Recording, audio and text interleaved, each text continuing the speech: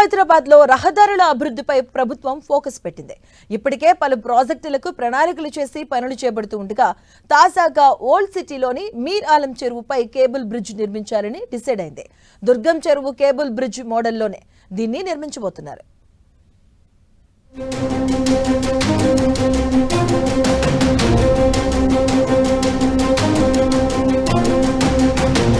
హైదరాబాద్ లో ట్రాఫిక్ కష్టాలకు చెక్ పెట్టేందుకు ప్రభుత్వం వ్యూహాత్మక చర్యలతో ముందుకు వెళ్తోంది. Hyderabad innovative and transformative infrastructure పేరుతో నగరంలోని రోడ్ల అభివృద్ధికి శ్రీకారం చుట్టింది. ఇందుకోసం దాదాపు 7,000 కోట్ల నిధులు విడుదల చేసింది. ఈ ప్రాజెక్టులో భాగంగానే నగరంలో ఫ్లైఓవర్లు, అండర్ పాస్ బ్రిడ్జ్ నిర్మాణాలు చేపట్టాలని ప్రభుత్వం నిర్ణయించింది.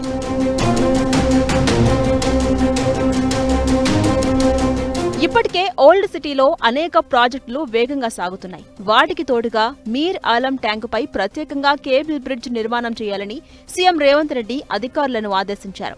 5 నెలల్లోనే బ్రిడ్జ్ నిర్మాణం పూర్తి చేయాలి అన్నారు. వారసత్వం సంపదకు అనుకూలంగా ఈ మీర్ ఆలం కేబుల్ బ్రిడ్జ్ నిర్మాణించాలని ఆదేశించారు. ఈ బ్రిడ్జ్ నిర్మాణం కోసం ప్రభుత్వం 430 కోట్లు ఖర్చు పెడుతోంది. Musi river front development corporation limited ద్వారా చేపట్టాలని జీవో నంబర్ 360లో పేర్కొంది. జూ పార్క్, శాస్త్రిపురం మార్గం నుంచి మీర్ ఆలం ట్యాంకు మీదుగా చింతల్ మెట్ వరకు దాదాపు 2.5 కిలోమీటర్ల బ్రిడ్జిని నిర్మించబోతున్నారు.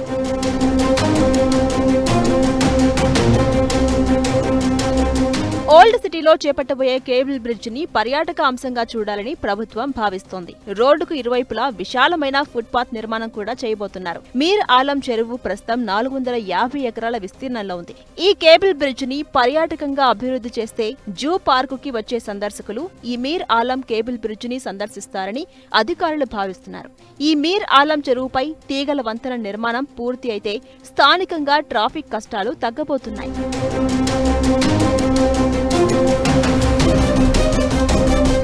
బెంగళూరు జాతీయ రహదారి నుంచి బహదూర్పుర, కిషన్బాగ్, చింతల్మెట్, అత్తాపూర్ వెళ్లే మార్గంలో ట్రాఫిక్ తగ్గబోతుంది.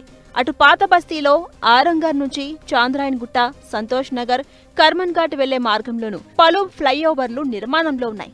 వీటితో పాటు కేబుల్ బ్రిడ్జ్ అందుబాటులోకి వస్తే పాత బస్తీలో ట్రాఫిక్ సమస్యలు మరింత తగ్గనున్నాయి.